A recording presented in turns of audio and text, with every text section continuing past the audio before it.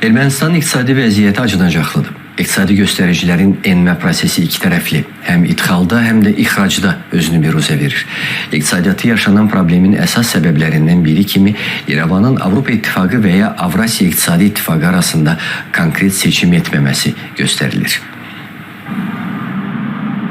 Ermənistan iqtisadiyyatında kəskin eniş müşahidə olunmaqdadır. İlin əvvəlindəki ilk 2 ayda xarici ticarət dövriyyəsi 52% azalıb. Yanvarda azalma 40% idisə fevralda 61%-ə çatıb. Həm ixrac, həm də idxal azalıb. İxracın azalması isə daha kəskindir. Yanvarda əvvəlki ilə müqayisədə demək olar ki, yarısı qədər az ixrac həyata keçirilib. Artıq fevralda ixracın azalması təxminən 68% təşkil edib. Maraqlıdır ki, Ermənistan ötən il iqtisadi artımlarını dünya səviyyəli nailiyyət kimi təqdim edirdi.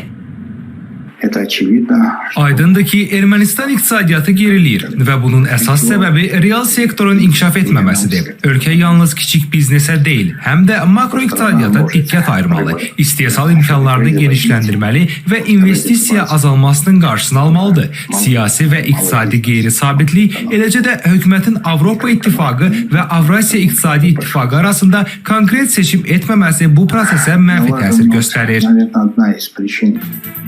Ötən il Rus qızılını gətirib öz sənaye məhsulu kimi başqa ölkələrə ixrac edən Ermənistan indi sənayesində dərin çöküş yaşayır. Əvvəlki göstəricilərin nə qədər şişirdilmiş olduğunu statistikalar daha aydın şəkildə göstərir.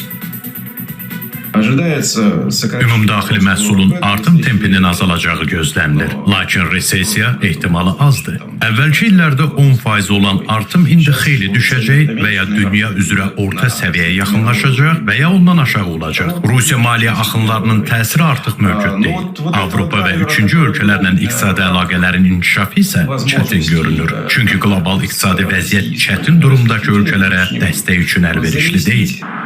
Keçən il Ermənistan hökuməti yeni istehsal gücləri işə salındığını, mövcud istehsalatların həcminin artdığını və yüksək artımların bunun hesabına baş verdiyini deyirdi. Lakin reallıq odur ki, bunlar hər zamanki kimi sadəcə söz yığınıdır. Ermənistanın nüfusu hər geçen gün eriməktedir. Eriyen nüfus aynı zamanda ekonominin erimesi anlamı taşımaktadır. Ve nüfus bir taraftan hızla ülke dışına göç ederken Ermenistan'ın ekonomisini canlandıracak nüfus da gittiği hatırdan çıkartılmamalıdır. Buna rağmen Ermenistan kısıtlı gelirini hala silahlanmaya ayırdığını da burada söylemek lazımdır. Kısıtlı ekonomik gelirlerini silahlanmaya yatırarak ülkesini adeta açlığa mahkum etmektedir.